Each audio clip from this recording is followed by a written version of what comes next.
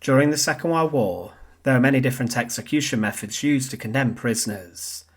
Inside of the concentration camps, there were specially built execution cells and rooms in which someone could be shot inside of. Some prisoners were tricked into thinking they were getting a medical exam, but these rooms became neck shooting facilities where prisoners were executed by gunshot, with an SS executioner stood behind a latch in a wall, armed with his pistol getting ready.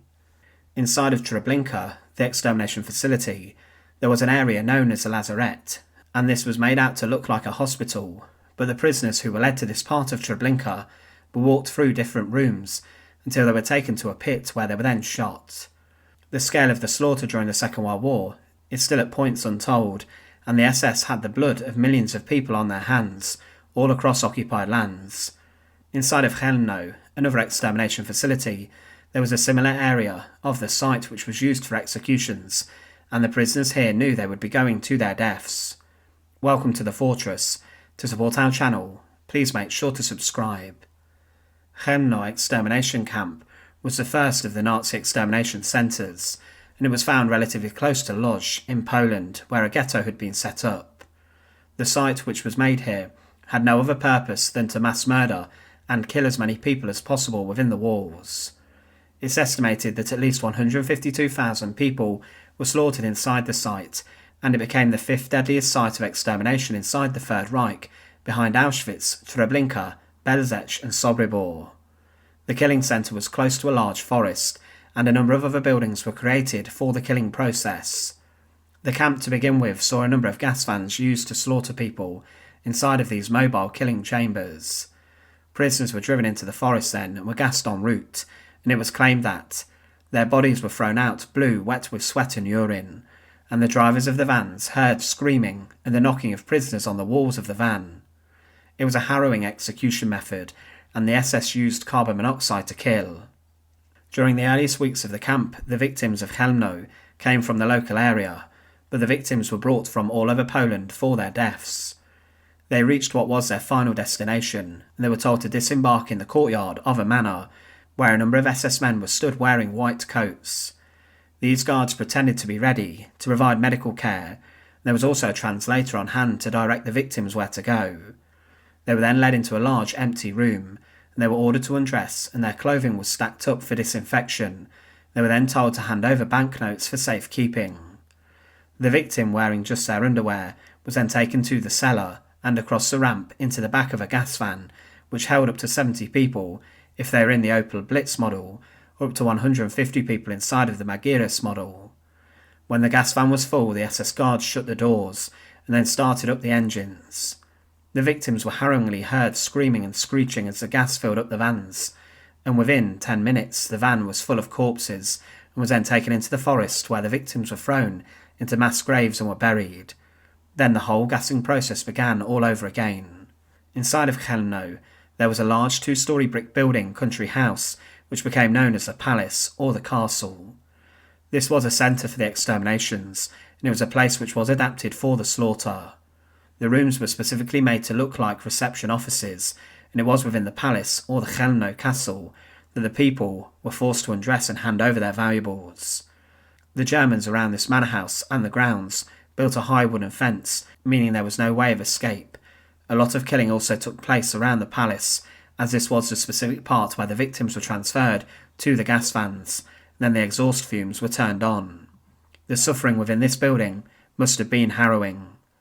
It was said of this part of the camp, as soon as a ramp had been erected in the castle, people started arriving in Chelmno from Litzmannstadt, Lodz, in lorries. The people were then told they had to take a bath, that their clothes had to be disinfected, and that they could hand in any valuable items beforehand to be registered. When they had undressed, they were sent to the cellars of the castle, and along a passageway onto a ramp, and then into the gas van. In the castle there were signs marked to the baths. This whole part of Chelmno was said to have been based on deceit, as the prisoners were told they would get a bath and would get a shower after their journey to the camp. A small number of prisoners were also forced to work in the manor house or the palace, and it was their job to sort and pack the belongings of those who had been sent into the gas vans. One former SS officer who worked here claimed The extermination camp was made up of the so-called castle and the camp in the woods. The castle was a fairly large stone building at the edge of the village of Chelmno. It was there that the Jews had been transported by lorry or railway were first brought. When a lorry arrived, the following members of the SS Sonderkommando addressed the Jews: Camp Commandant Büffmann, Untersturmführer Albert Platt from North Germany, Polizeimeister Willy Lenz from Silesia, Polizeimeister Alois Hölbler from Württemberg. They explained that they would be given a bath and deloused in Chelmno and then sent back to Germany to work. They went into the castle. They had to get undressed. After this, they were sent through the passageway on the ramp to the castle yard, where the so-called gas van was parked. The back door of this van would be open. The Jews were made to get into the van. This job was done by 3 Poles, who I believe were sentenced to death. The Poles hit them with whips if they did not get into the gas vans fast enough. When all the Jews were inside, the door was bolted. The driver then switched on the engine, crawled under the van, and connected a pipe from the exhaust to the inside of the van. The exhaust fumes now poured inside of the truck, so that the people inside were suffocated. With regards to the disposal of bodies in the facility, it was stated by another former guard that the van drove up to a long trench, the door was opened and the bodies thrown out. They still seemed alive, their limbs were so supple. They were thrown in. I can still remember a civilian pulling out teeth with some pliers, and then I just got the hell out of there. I got into the car, went off and did not say anything else. I'd had more than I can take. I only know that a doctor there, in a white coat, said to me that I should look through a peephole at them in the lorry. I refused to do that. I could not. I could not say anything. I had to get away. Some of the SS guards testified at war crimes trials, and they gave extraordinary detail in the killing process of the camp, such as this.